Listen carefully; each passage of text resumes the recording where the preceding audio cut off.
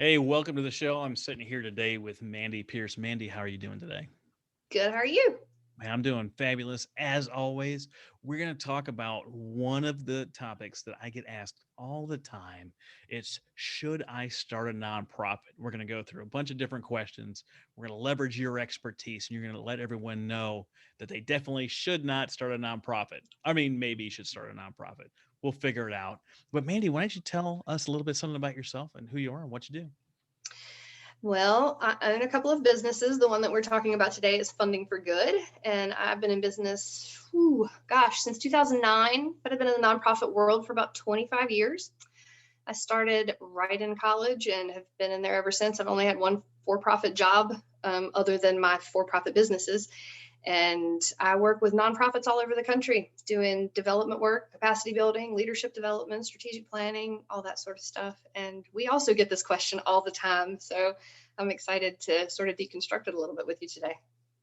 I get so happy that people want to help and they want to do good things. I don't always believe that starting your own nonprofit is the right answer. It's definitely the right answer for a lot of people, but I don't think it's the right answer for everybody.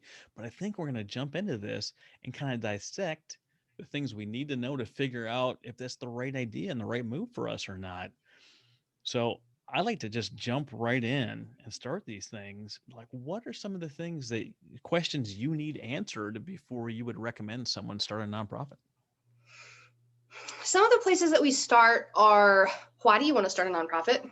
And more often than not, that question eventually boils down to because we can get grant money, which is definitely not the reason to start a nonprofit.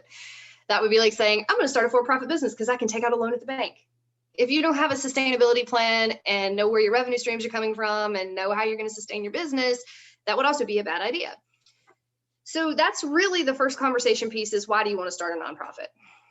And then if there happens to be a super valid idea that isn't based around grants, then we go into have you done a needs assessment in your community to find out where the gaps are? And are you filling that gap with a service that's not duplicating the services of another nonprofit? Because people don't want to support a duplication of services unless it's providing that service in a different way with a different program to a different demographic in a different region geographically. So making sure that you have vetted what's already being offered, how are you going to do it differently, and why does that need to be done, right? The need might exist, but then figuring out why are you the person that should be filling the gap is also the next important question, because you might have a great idea, but you might not have the resources to do that as well as another group or another entity. And so then we talk about partnerships and collaborations. Are there groups that already exist that are doing this work that you could help them increase their capacity and their impact? And most people are like, oh, I want to do it myself. I want to do it my own way, which then leads us to the question that I know you're eventually going to ask. If you start a nonprofit, it's not your business. It's a community business. And if you start a community business, you have to be able to answer one of two questions. As the founder of that business, do you want to serve in a role on the board of directors and eventually rotate out of that position because you should not serve on a board for life? There should be term limits and you should rotate off. So eventually you'd be governing, but then you'd be off. So you're not involved in that way anymore. That doesn't mean you can't volunteer. That doesn't mean you can't participate, but you're not in a governing role anymore. Or do you want to be a staff person, potentially an executive director or something, and know that the board is your boss and they can fire you, which of course no founder thinks is ever going to happen, but it happens all the time. I've worked with numerous clients that has happened to. And so then you're also not involved.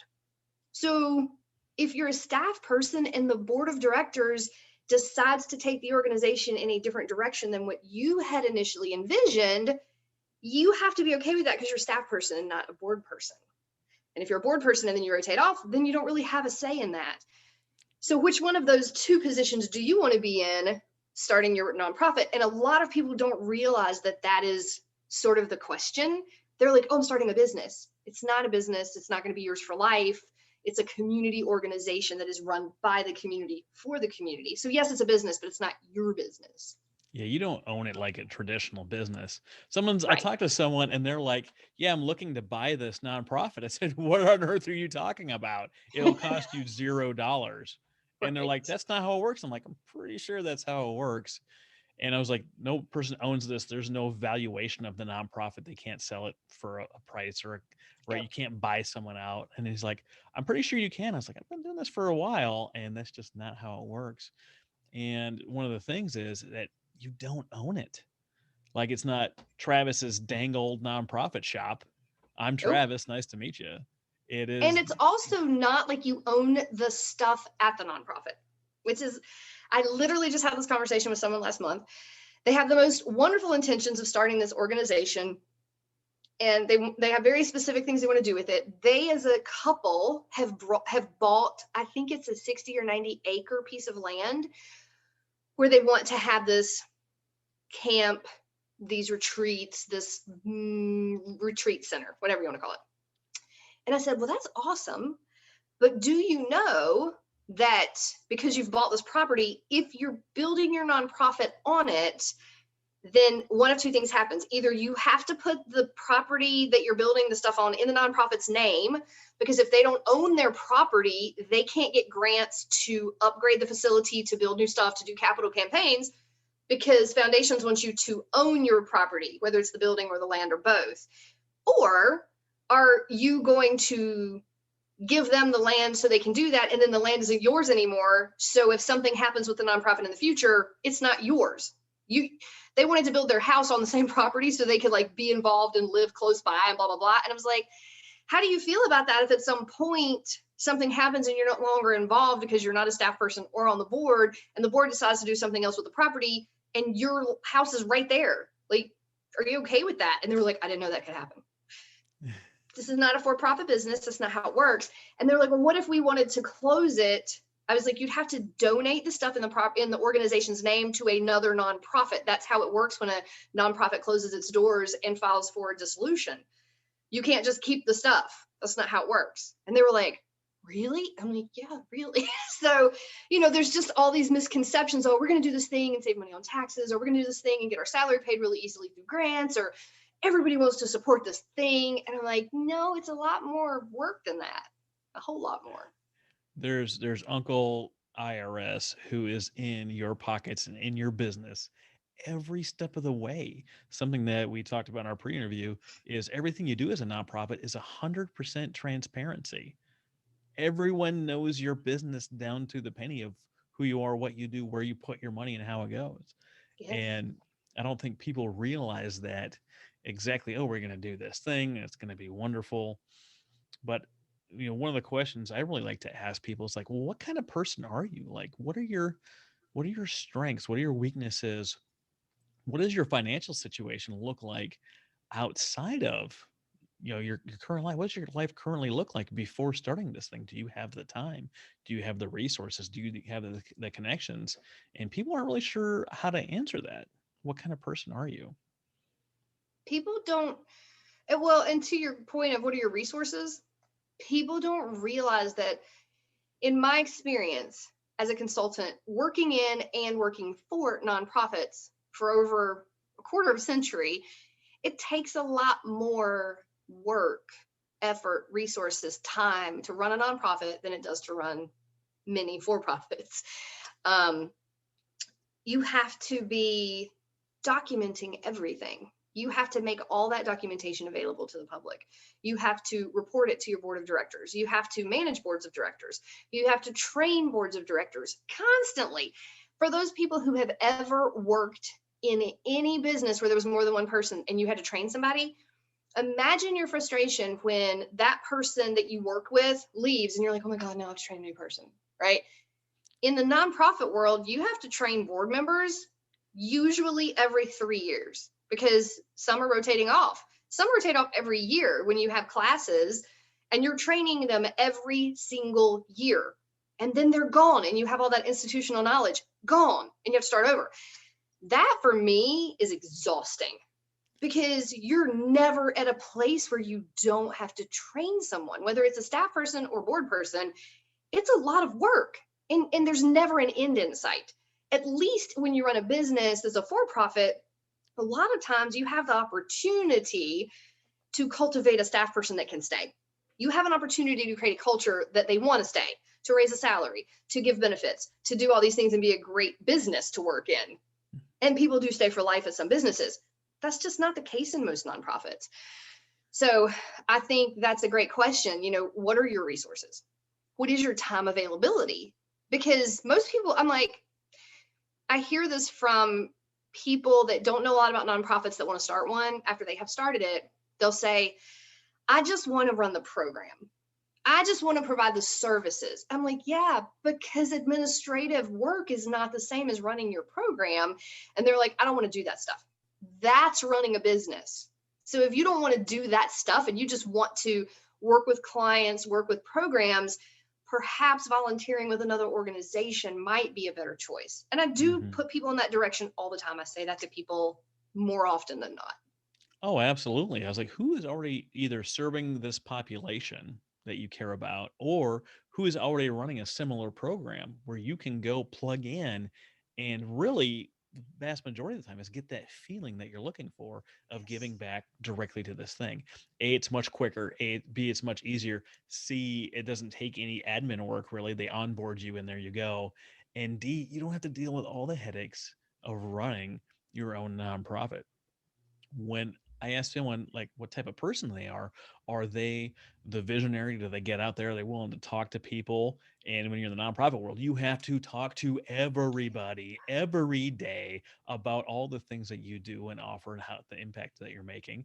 Or are you more of the administrative, maybe support type where you're willing to support someone? So then maybe you're not the best lead for this type of thing, which there's nothing wrong with that, right? For every Steve Jobs, there's a Steve Wozniak, a guy in the back doing all the work, and there's someone out front, saying all the big wonderful things. And there's nothing wrong with either type of person, but you have to know if you're going to be able to lead that level of organization, or are you more comfortable just doing some of the busy work? And you mentioned earlier that you have to constantly train your board, right? The average turnaround for employees in the nonprofit sector is 16 months. So you're constantly training employees anyway. Well, we'll just use volunteers. Fun fact, they need training as well. So you Yes. have this constantly running machine. And when you look at things, you mentioned grants earlier, like, oh, yeah, we'll just get grants. Fun fact, grants are a lot like a small business loan. If you need them, you don't qualify for them. If you do qualify for them, you don't really necessarily need them. So it's not that you can go there day one, day two, apply for a grant, day three, have millions of dollars to use. That's not how it works. You haven't proven anything. You don't have a system in place. You don't have paid for employees. You don't have any of the hallmarks they look for. It's not like, oh yeah, but I heard, Melinda Gates is on the prowl now and she's just giving away billions of dollars. She's not going to give it to you just because you start an organization. Well, Exactly. my mission is so important. I was like, yeah, but like I'm a veteran, right? So I share the veteran space with 53,000 other organizations dedicated to veterans. So why you and not someone that's proven that they've done something? Why are we Yes. picking you? You have to know how you're different. You mentioned doing a needs assessment. I talked to a gal, she called me, she's like, I want to open some housing for women in the DC area. I said, awesome, amazing. Do the people in the DC area need housing for women? And she's like, what do you mean? I was like, you want to do something specifically. It's on your heart. That's wonderful. Is that what the people in the community need? She's like, I have no idea. Okay. So This why is what would she you wants to start? do, and that's where she lives, right? Yeah. So why would you start an organization? You have no idea if it's needed or not. Well, how do you do a needs assessment? Yeah. Right. There's a lot of well, and that goes into, a lot of people that become founders of nonprofits end up wearing every hat there is to wear in the beginning because they don't have the funds to hire staff. They don't qualify, as you said, for grants because they don't haven't had a year or two or three of proven success to share their impact. And so they're in this place where they're fundraising, they're being an ambassador, they're public speaking, they're doing the needs assessment, they're doing every single possible thing and providing services some of the times. And a lot of times it's that, like, you just had a baby, where's the manual? How do you do this? That, like, I don't know what I'm doing. And they don't realize what they haven't been able to do until they're a couple of years in. I'm like, oh, I didn't know I needed to track data for that. Oh, I didn't know I should have been keeping up with statistics for this. Oh, I had no idea I should have kept up with demographics for who I serve. Because you don't know what you don't know until someone tells you you should have known it, right? Right. And so it really is an education in and of itself. And even sometimes when I work with for-profit business folks who are at the stage in their life where they're like, we have this money now, we want to start a nonprofit, they have never thought through that stuff because when they Mhm. were in a for-profit business, it's kind of, that structure is a little bit different. Some of the concepts are the same, but there's a different way to go about it. And a lot of times nonprofits don't have all the bells and whistles that larger for-profit companies may have initially. So people don't know what they're not doing. And then it becomes really hard 2 or 3 years in to start getting the money they might qualify for if they had done all those things in the beginning. Yeah, it's a vicious cycle. And if people had the foresight to go to their local nonprofit centers or small business centers or small business development centers and get free support and guidance on starting their businesses, for profit or nonprofit, then they would have a leg up on, oh, I didn't know I needed to think about that thing. Oh, well, that's a Mhm. really good idea. I should Mhm. probably put some time into that before I just randomly start this organization.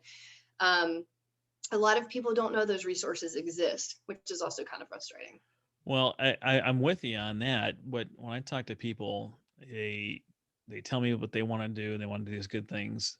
We kind of talk through the things that we've already spoken about. And something that I find very frustrating is they don't spend any time learning about what it is they need to be doing, which is one of the main reasons I started this show, is to talk about all the things and all the how to do the things that people don't spend the time doing. When you deal with things like nonprofits, sometimes it's really, no kidding, life or death. And it doesn't feel like you have time to learn and train, but we already talked about the huge training cycle you need to be able to operate just on a regular basis. What are you listening to? Are you listening to a podcast like, I don't know, the Nonprofit Architect podcast, and learning how to do the thing that you're trying to do? Are you doing the research you need to make sure you're going to be successful? How do you know that your services are needed, or who else is doing them in your town?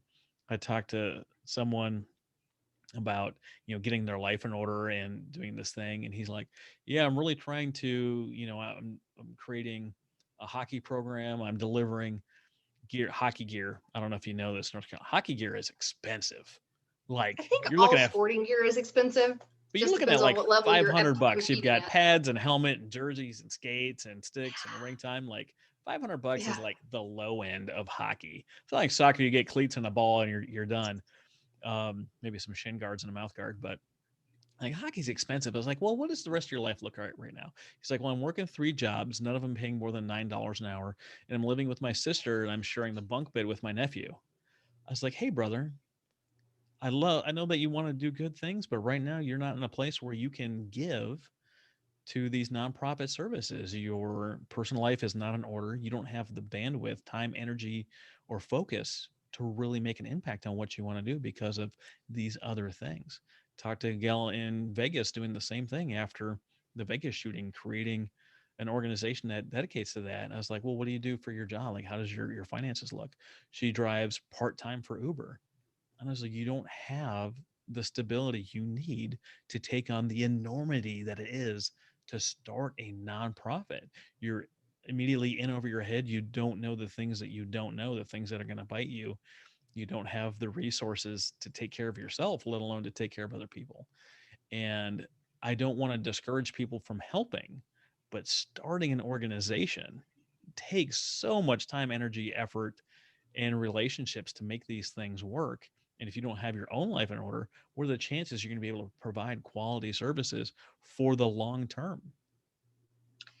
You hit on something earlier when you said the turnover in nonprofit staffing is about every 16 months. We do a lot of helping folks find their next development director, their first development director, whatever. And the average staffing time for a development director is 14 to 16 months. And a lot of people think that a development person is going to come in and be a miracle worker in the first 3 months. And I'm like, it takes a full year Even if I came in as a professional development director for 25 years, if I came in to work with you, I would have to get to know your systems, your database, your staff, your current donors, your prospective donors, the campaigns you've had, the campaigns you want to have, what your needs lists are, what your strategic plan looks like. I would have to get to know your community partners and build relationships with your board of directors. Like, it's a ton of work. And yeah, I might be able to bring some dollars in through grants just because I can grant write. But all the other types of funding streams you have, you're talking a year before you start seeing measurable results from a development staff that knows what they're doing. Other development staff that might just be like a year in, they're going to need training. So if they're there for 14 to 16 months, you have 4 to 6 months of productivity after they've actually started doing well, and then you have to train a new one. So people don't take the time, like you said, to educate themselves on that stuff and realize, what do I need to have in place? How hard is it going to be to get that thing and keep it? For-profit world, virtual assistants. For those of you in the world that have ever had a virtual assistant, you get this amazing person or team or company to help you and learn all about how you work, how your company works, how your website works, what tasks you need them to do and when, and you get them all trained up. And things start moving real smooth. And you're like, oh my God, this is such a relief. I've got all these things off my plate. And then they're like, we're not going to have our business anymore. What? Oh my God. And then you're starting from scratch and you have to train new people and get to know them. And you have to get to know their personalities and their teams. And this happened to me 3 times in the course of 18 months. I thought I was going to shoot myself. And so, as a business person, it doesn't matter what kind of business you're in, you have to understand there are things like that happen that are out of your control that you have to have the bandwidth to deal with if you want your business to continue running. Because I think I said this to you in our pre-interview, nonprofit's your tax status, but it should not be your business model. You can make money and it is okay, right?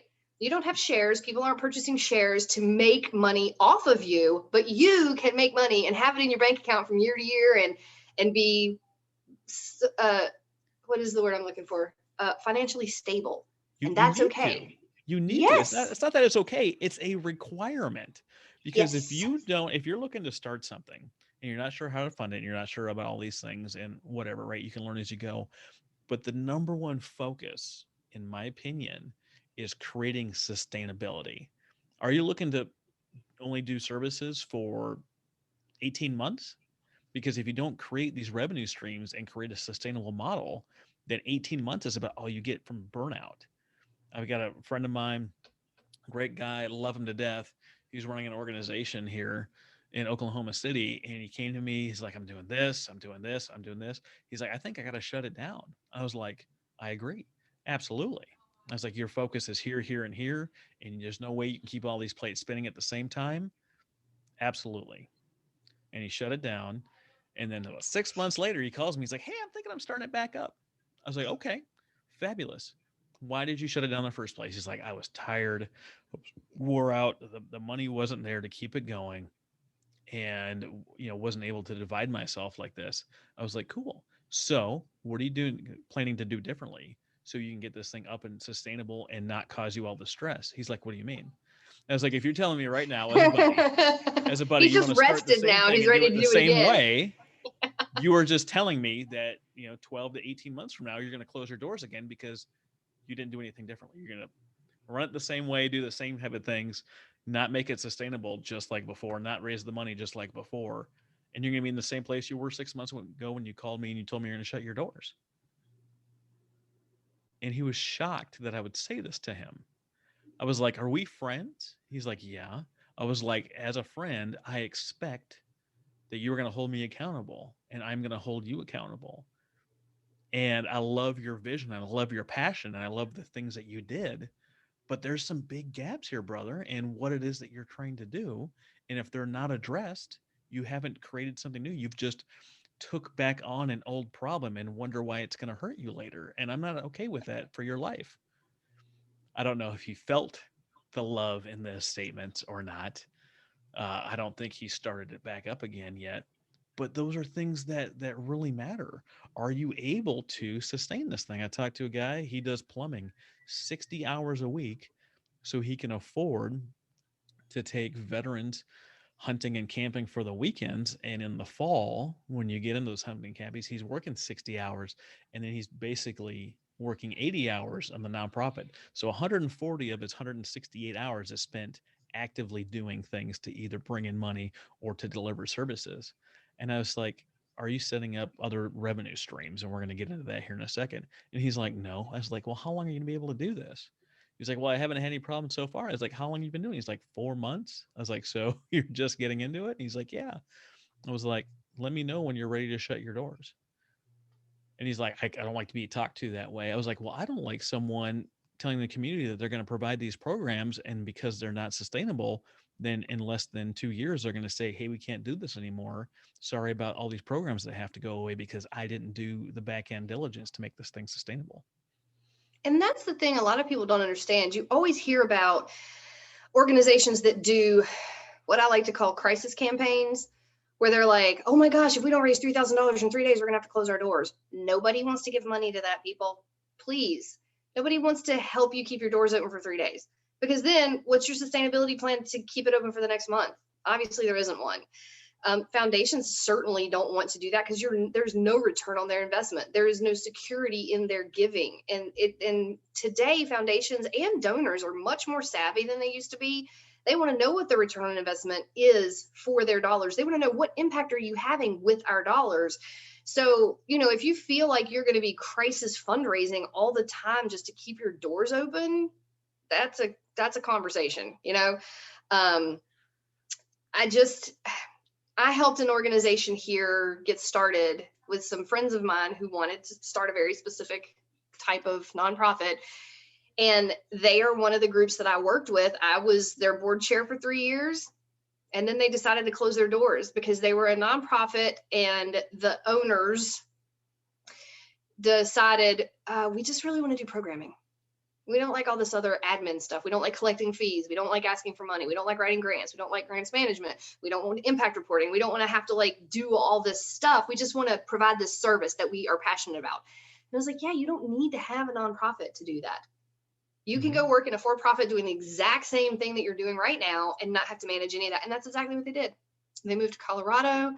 They both went to work in the things that they loved for other people. And they've never thought twice about starting a nonprofit again. And That's I'm wonderful. glad for them and I'm happy for them. And they are both so much happier. Yeah, find a way to provide that value and the impact that you want to do with the appropriate amount of headache that you're willing to take on. I talked to someone in the counseling space and he's like, I want to open a nonprofit because I want to be able to have write-offs for this, that, and the other to help a certain group of people. I was like, well, you can do all of that without starting your own organization. He's like, what do you mean? Who is helping this person, this type of person right now? Oh, I can think of a lot. This organization, this organization, this organization. It's like, perfect. Say that you'll have, I don't know, 2 to 5 hours a week that you are going to donate your time. You write them a bill as a tax write off. They give you an in kind donation receipt and you get the tax advantage you want. You get to help the people that you want, and you didn't have to start your own organization to do it. He's like, I can do that. Yeah, man, you can. And it's going to be wonderful and you're going to love it. He's been doing it for 6 years now. Can hardly believe that he gets to do exactly what he wants to do, gets a tax write off, and didn't have to start an organization. He is so happy and thankful that he's able to do that. And I'm so happy for him. That's awesome. Yeah, I just wish people could. And I know that a lot of people want to start nonprofits because they've had a dramatic event in their life, maybe a traumatic event in their life, and they feel like they have to give back in some way. They've had a serious illness in their family or a disease, something has affected someone they care about that they lost, someone had a tragic accident, someone went to war. There's all kinds of things that occur in people's lives that they're like, oh, I want to be passionate about that thing now, right? Wonderful. I just wish, yeah, and it is, but Wonderful. I just wish people would take a moment to get through their grief and realize there are so many other ways for you to get involved. There are so many organizations that probably have some type of connection to what you're doing. Maybe you add to that, right? Maybe they're not doing the exact same thing that you want to do the way you want to do it, but partnering with them would cause a greater impact. They may already have resources established. They may be willing to write grants to help you do the thing you want to do. But a lot of times what I see is people come fresh out of their experience without having taken time to process it fully. And they want to do this thing which makes them feel better and which they feel like is helping other people. But then, like you said, in the long run, a lot of times those organizations don't thrive. They don't really reach the number of people they want to or could reach if they partnered with someone else. And then they're disappointed. Yeah. And Yeah. it's a hard thing because you can't really have that conversation when someone's in the middle of grief. They don't hear you well, and they're also not doing a lot of research at that point in time that would lead them to things that would not agree with what they want to do. Like sometimes you're Right. only doing research to get the research that supports your point of view. I'm guilty of that sometimes. Or oh, And a we all lot of are, times, right? yeah, I said, but a right lot here are of 5 times that's articles it. that say I'm right, you know? Exactly. Yes. Yeah. I say that to my husband sometimes. I'm like, baby, I've given you all the statistics, but it all supports my point of view. So I would encourage you to go out and do your own research so you can make an informed decision. Because I'm just telling you what I want you to hear. Like, I totally do that. Yeah. But yeah, and it's a fine line. So whenever people call and say, should I start a nonprofit? We actually have a blog on our website, what you need to know before you consider starting a nonprofit. There's pros, there's cons. I just encourage people to know it's a lot of work. And I don't say that lightly. I own 3 businesses. You couldn't pay me enough to start a nonprofit. I've been in the nonprofit world my entire career. There is not enough money out there for you to say, we want you to start and run a nonprofit. No, thank you.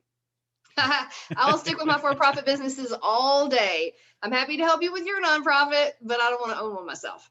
I also don't want to have 12 bosses. Oh, what, you don't want more bosses, Bob? Yeah, I Yeah, just think right. back to Office Space. You're like, I've got 9 bosses.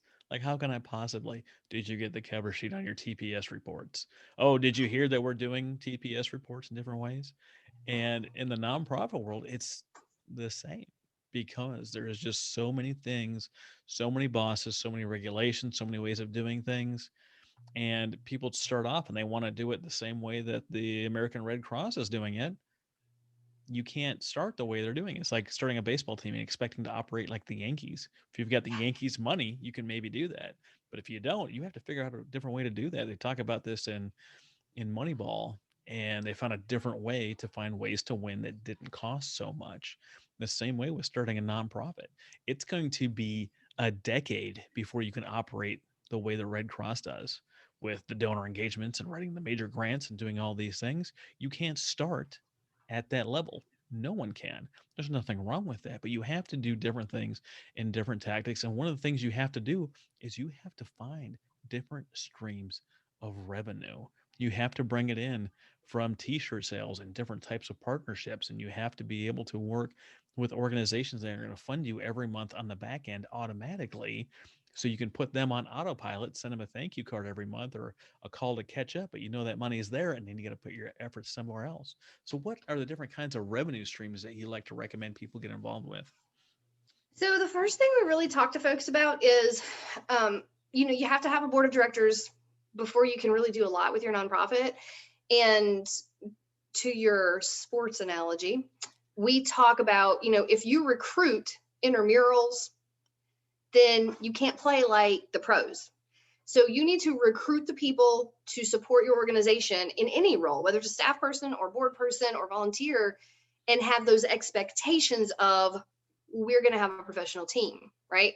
Because you can't recruit someone as an intramural and then all of a sudden have these crazy expectations. They're going to be like, that's not what I signed up for. And they're not going to perform like that. So that's the first thing, is starting with whatever teams you're working with and making sure you're recruiting the right people. Once you get that, then you need a business plan. That's the first step. Before you even have funding streams, you have to say, where are we going? How are we going to get there?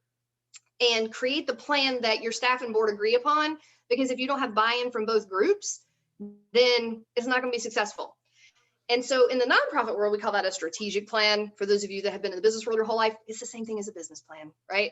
It's just, what are our goals? Let's just talk 3 years out. Where do we want to see ourselves in 3 years? And how are we going to get there? Once you have that plan, then we create a development plan for fundraising, a donors plan, and a marketing plan. And all that stuff aligns with the strategic plan, right? The strategic plan says we're going to be here in a year. And in order to do that, we need to have this much money. How are we going to raise that money? Now let's talk about funding streams. What do we have the resources to put in place? Do we have 50 really committed volunteers? Can we do a 5K road race? No, we only have 4 volunteers. So that's not an option for us. Can we do direct mail? Well, we have 3 people on our mailing list and we don't have any money to purchase a mailing list. So that's probably not an option. We have social media. Great. Let's participate in Giving Tuesday. Let's do some fundraisers on Facebook, whatever you're going to do. We are going to have a signature event, but we don't know what it's going to be yet. So we have to develop that.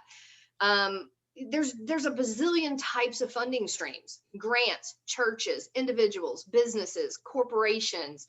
You might have monthly donor giving program or membership model. You might sell merchandise. You might create a social enterprise. For those of you that are like, what is a social enterprise? Think of the Habitat Restore. So they have a store that sells things for a profit. The revenue that is considered profit from that is their net goes to offset the cost of running the nonprofit wing, right? So they have a social enterprise. Sometimes you'll see companies that do like re-entry programs. They might have a pressure washing business or a lawn mowing business or a moving company. So the individuals that are in the program are working for money and they're making money. And then that all goes back to support them and the program. Again, it's a different type of social enterprise. There's lots of different models for that. You might have earned income. Maybe you have some investments and someone on your board is helping manage those investments. Maybe you have an endowment. If you're new, you probably don't, but if you're older and more established and plan on being around in perpetuity, maybe that you do, and you're drawing down from some of those investments. There's a ton of different ways to raise money. Maybe you're on Amazon Smile and you have a whole bunch of people buying stuff and you're getting little bits of money here and there from that. There's just a lot of different revenue streams, and you have to sit down and say, what are our goals for revenue? And maybe you have program fees, service fees. Don't give it all away. I promise people value things more when they have to pay something for them. You'll even hear that from clients. They'll come be like, I really want to pay something. I want to feel like I can contribute something to you. Whereas most people in nonprofits are like, well, they can't afford it. They just need it for free. Really, they don't need it for free. Most of the time, they want to feel like they're contributing in some way, and you need them to contribute in some way. I'm not a fan of the charity model of giving everything away all the time. Absolutely. You brought up a couple good points there that I want to talk about. You mentioned drafting in the intramurals and expecting them to play like the pros. My buddy JC Carbonell runs 100 for the 22. Amazing fundraising strategy. They go out and they play 100 holes of golf in one day. They do this What? marathon. Oh yeah, Wow. they walk. It's nuts. They help raise money this year. They're partnering with Tunnels to Towers, the 20-year anniversary of 9/11. I'm looking at the Tunnels to Tower board of directors, and I'm not going to name names, but I am going to name titles here: CEO Scout Marketing, COO and CFO of South Point Capital Advisors LP, U.S. Army Colonel retired CPO for CCA Global Partners. These are CEOs, CFOs, COOs, retired individuals that are playing at the highest levels in their organization that are contributing to the board of Tunnels to Towers. They've got, looks like, 26 board members plus an advisory board plus the executive level board.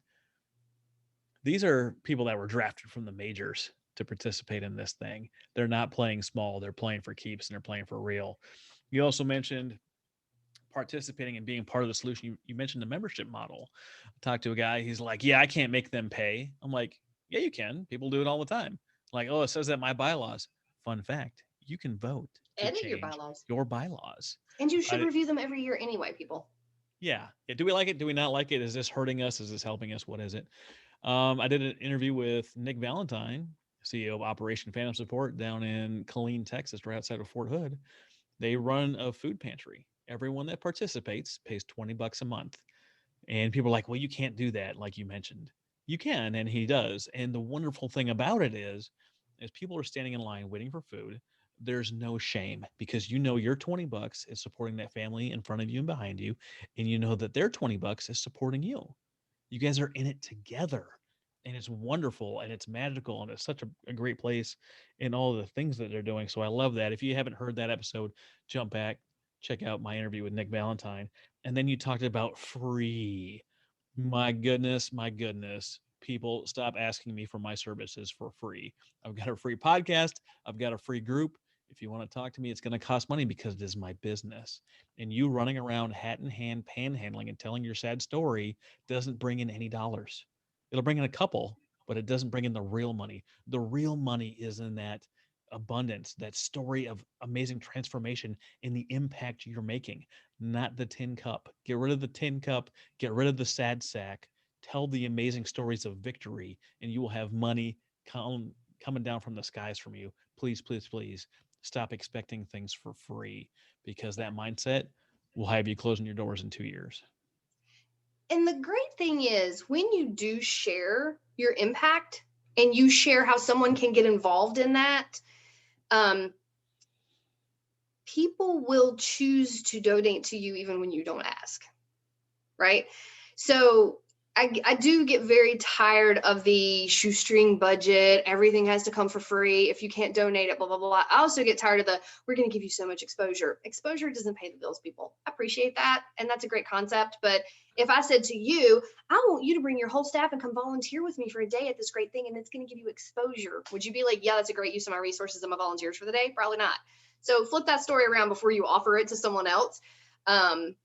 I do believe that people will donate things to you and you will get things for free. But for example, as a for profit, I just had this conversation with my accountant like 3 weeks ago. I had an organization that we donated our strategic planning services to because one of my team serves on their board. And we agreed as a team we were going to do that. Great, no problem. I don't do it all the time, but sure, I'm happy to do that. It's a $10,500 price tag. Mm-hmm. So I called my accountant and I'm like, hey, I have people paying me regularly for this. Obviously, you see that in my accounts. If the organization gives me a letter of donation saying that I've donated the service to them, I can use that, right? And she's like, nope. And she sent me the information that says, unless it is a tangible product that they received, you cannot write it off as a business owner. And I was like, well, they get the strategic plan, which is tangible. She's like, did the strategic plan tangibly cost $10,500 or was the paper cheaper than that? And I was like, are you freaking kidding me? So like, I can't donate my services and get a write-off for that. Right. So you do have to educate yourselves on what can a business write off. If they're giving you a product, if they're giving you space that has a dollar value, if they're giving you staff time that they're already paying for, some of those things are, but sometimes their actual services are not a write-off for them. Mm-hmm. So you kind of need to learn a little bit about that before you start asking people to donate stuff for you for free. But yeah, I think a lot of times nonprofits just feel like we exist for people to give to for free. Like that's why we're here. And it's just not. And they're like, well, we're not a YMCA, or we're not, like you said, the Red Cross or UNICEF or whomever. Yeah, well, they didn't start that way. They didn't start as big as they are. It took a long time for them to get there. Mm-hmm. Yeah, it took decades. It took Yeah. generations of building to make those organizations as big as they are. I think the YMCA started in like in the 1910s or 1920s, or I don't know. Someone's going And to their Google membership this and be like, model. Travis, you're wrong. I'm okay with being wrong. It's whatever. Right. They've been They've been around around for a for like while. 100 years. Yeah. They didn't start that big. And they have a membership model. And they KFC, still fundraise. KFC started in the Great Depression in the late 1920s or 1930s. Like, Right? it doesn't matter where you start, but you got to be able to start to get this thing moving and get this thing growing. One of the biggest things that we haven't talked about yet really is your differentiator. What makes you different? And I've said a long time that I wouldn't get involved with veteran nonprofits like you wouldn't get involved in starting a nonprofit, because how are they different? There's 53,000 veteran related organizations out there, and they're like, well, they care about the mission. Fun fact: there's 53,000 other of you with the same mission. Your mission is not your differentiator. Never has been, never will be. It's how you're making the impact, how you actually show up in the community and the world, that is your differentiator. So if you are rehabilitating veterans through skydiving or extreme sports, fun fact, there's 1,000 other people doing the exact same thing. Why Yep. is yours different? What about what it is that you do makes you different? And how is that your thing that gets people to pick you over someone else? I think that especially when I teach grant writing workshops, there's two questions that we ask people to consider. One is, how are you and your organization, your program, or your project uniquely positioned? And one, how is your program, project, or organization extraordinary? Extraordinary really lends itself to quantitative data. So things that can be measured, data, statistics, numbers, stuff like that. And you have to know some of that. How are you performing better? How are you providing services that result in better statistics than other organizations doing similar work at a local, state, or national level, right? You need to know that information. If you don't know that because you're new, it helps if you are using an evidence-based model for your program, because then you can use the results of other similar organizations using that model and say, this is what we're hoping to achieve. If you don't have that type of model, it's going to be more difficult for you to share what your impact might be going forward. Then the other question is, how are you uniquely positioned, which we've talked about.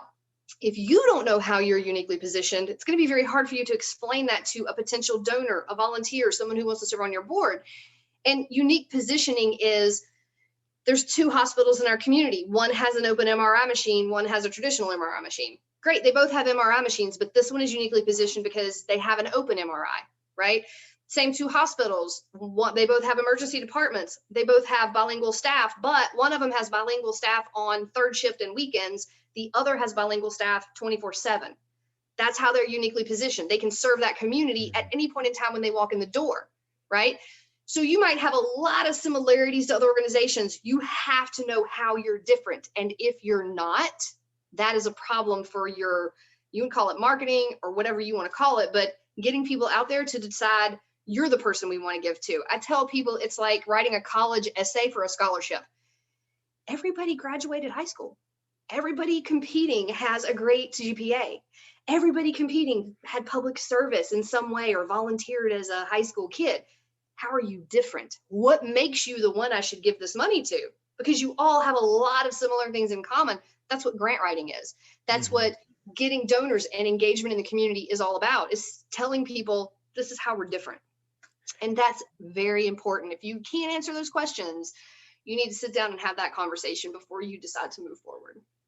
Having an all volunteer staff does not make you different. In And fact, it it's makes not you something that you less should be proud of. it makes you less desirable. And Yes. I told this to someone and they're like, "What do you mean? If I'm a donor and I want to give you $50,000 and I like you, but you're a volunteer, what's to say that you don't leave next week Right. and my $50,000 goes to a bunch of people that I don't like or care for? Or what if you leave and 20 people go with you? Now the organization is defunct and my $50,000 had no impact, and you guys are going to decide to give it to someone that I don't care about." Having that And sustainability, that paid staff matters. it Just does. like we talked about intramurals and pros, you're not going to bring in the NFL. I know I've said this on multiple episodes. You're not going to bring in a 42-year-old running back and hope that you're going to win the Super Bowl, right? You're going to get that new stud, early to mid 20s, that's going to churn for you, and you're going to pay top dollar for that. Just like bringing in a development director, you might have one that you're going to bring in as a startup. That person, their strategies, their experience is not going to bring you to, they might bring you to $1 million a year, but that same person is not going to bring you to $10 million a year, because you have to pay the person that's going to bring you $10 million a year. You're going to have to pay them more. You're going to have to pay for that level of success. Mandy mentioned that she's, the strategic planning for $10,500. You guys might be like, that's an insane price. Well, what can we get for $1,500 from some other organization? You might get a strategic plan, but it's not going to be a Mandy quality plan. And I'm sure there's someone out there that charges $50,000 for a strategic plan. Mandy's plan might get you far, but it may or may not get you as far as that $50,000 plan is going to get you. You have to understand that spending money on quality things, and I'm not trying to downplay Mandy's services at all, but that's not what I'm trying to say. But you have to spend quality money to get quality people. That's just the way the world works. You're not gonna. You might find a diamond in the rough and find the next Steve Jobs, but how often is that going to happen? And how long are they going to stay? If you can't pay them, they're not going to stay very long at all. And that's the other thing, I won't go off on this for just a second. A lot of times I hear, when we help folks interview for positions, I actually had a client say this to me once years ago. And it was just such a traditional nonprofit way of thinking that I feel like should change, should not even be around anymore. The executive director decided when they started that they were going to take this huge pay cut. Like, I don't need that much money. I'm going to do this for half of that, right? That's your choice as an executive, well, whoever, that's your choice. You should not gauge what other people in your organization should get paid based on the fact that you want to volunteer your time to do your job. So when I was helping them find a development director, they wanted to hire the person that one of the people that made it to the final round of interviews. The reason they wanted to hire them was not because of their experience and not because they could do the job, but because they had a passion for the organization. I was like, oh my God, like face palm. Are you serious? I just don't understand. I don't understand nonprofits in the way they think. No for-profit company would hire someone based on they have a passion for the work we do with no experience. Like, I don't know anybody that would really say, yeah, that sounds like a good idea. But nonprofits do it all the time. I have this conversation with people on a regular, and I'm like, if you choose to do that, you just have to go into it knowing you're going to be paying extra money above and beyond their salary to have them trained because they don't know what they're doing. Are you cool with that? Well, yeah, I mean, they just have a passion. I know they can learn it. Okay. I mean, you can't have a conversation after that. Passion is So, not capacity to learn or perform. no, it is not, especially when it's something that does require some type of skill. You cannot teach people public relations. People that do not have the personality to interact with other people, it is not a skill set that you can say, this is what you need to go read, and then you're going to learn how to do it and be good. I worked with a development director for 4 years, and blessed, they just did not have the skill sets to do it. They never got it. They were never comfortable. They were never successful. They are still in the same position. Blows my mind. Yep.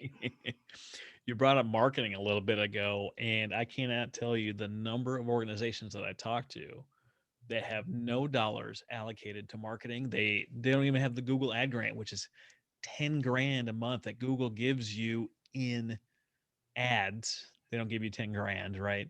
Go listen to my Correct. interview with Preston Cohen and find out how to get utilized and maximize the Google ad grant. But they haven't even considered it. Like, well, we have the best program. If you build it, they will come. That is not true. Coca-Cola is a worldwide brand that spends billions of dollars in marketing, and everyone already knows who they are. No one knows who the heck you are, and you've got Yep. $0 allocated to it. How well do you think that's going to go for you? Do you go to Rotary Club and Chamber of Commerce and go speak at the high school every day of the week? You don't. Well, man, how on earth are people going to figure out who you are and what you're doing? I had a previous client, say to me once, I said to them, I've been a donor for 5 years, maybe at that point, given the same amount every single year, because that's what they asked me for every single year. And I was like, if you asked me, I think I was given $400, whatever. If you asked me for $1,000 and told me what you needed it for, I'd give you $1,000. I literally said that to the executive director. And that year came, they had their big signature event. They gave me a pledge card, didn't ask me for a particular amount of money because that whole whatever God lays on your heart business. I was like, okay, $400. The next year, I said the same thing. Hey, so I remember mentioning last year, if you ask me for $1,000, I'll give you $1,000. Just tell me what you need it for. And they didn't ask me again. So I gave them another $400. And then at the end of the year, after I had made my gift, I said, can I just ask a question? I'm just curious. If I have point blanketly told you twice to ask me for a particular amount of money and you haven't asked me for it, can I ask you why? Do you not need the money? I'm just curious. Well, we know that you know what the programming is. And if you want to give more and you feel led to, then you will. Okay. You just offered 2.5 times your normal gift, and no one said that would be great. And I was Thank you like, so much. alrighty then. If you take that thought with every donor you have and you never ask them to give more, the number one reason people don't give is because they're not asked. The number one reason people stop giving is because they're asked too much. So there is a fine line between it, but you do have to make the ask, right? You can't just assume, well, they know we're here and they know what we do. So if they want to give, they will. That's not how it works. So yeah, having some marketing and sharing your impact and saying, what it is you need the dollars for, and getting out in front of the community to be able to share that message in a lot of different ways. Yeah. Having a development budget, having a marketing budget, and knowing what those dollars are going to be spent for. Like, I talk to people all the time that they're like, what do you mean development dollars? I'm like, do you take donors to coffee or send them thank you notes? Or like, what do you do for donor development? Do you not have any dollars allocated for that? Well, no, we've never done that before. Okay, let's talk about that. There's a lot of things, but again, it's one of those, if you don't know, you don't know it. Someone has to share it with you, which is great that Yeah. you have this podcast, because hopefully there's tons and tons of topics people are learning, even just little tidbits about, maybe like, oh, let me go look up donor relations, or oh, let me get marketing plan, or let me go talk about strategic planning. And they may have never heard it before. I've got people that they have my show on in their nonprofit office every day. Nice. Yes, turn it on. Let your staff hear. If you don't have time to train them, at least fill the airwaves with my sweet, soothing voice and these Yes. great ideas of how to do things differently. Because you might not take the exact thing that Mandy is talking about or the exact thing that I'm talking about, but it might spark the idea to do something similar, or like, ooh, I wonder if we could apply that to this. And that's where you start growing, and that's where you start getting more dollars in, and that's where more people figure out who you are. Maybe you want to start your own podcast where you talk about your specific cause. So instead of you going to donors, donors are finding it and they're coming to you. Right. Imagine a world where they come to you because they hear you talking about what it is that you do, your passion for it, how you're making an impact, and they just come right to your door instead of you going to their door. Oh, it's mind-blowing, Mandy. Mind-blowing stuff we're talking about here. There's just so many great resources. And to your point earlier about free resources, folks like you that have a podcast and you're sharing blogs and you're sharing other people's podcasts and you have all these wonderful resources. Those are the free things we're sharing, but people need to understand those things take resources from us. It's not free for us to create that content. It's free for you to listen to it, right? So Right. then people get to you and they're like, oh, but I want to work with you, but I can't afford you. Why can't you give me that for free? Okay, look, I've given you tons of resources for free. Just like you, we have a YouTube channel, we have blogs that we take time to write and create content and do research for. We have webinars, we do free webinars, we do paid webinars. We have templates on our website. A lot of them are free to download, some of them are paid.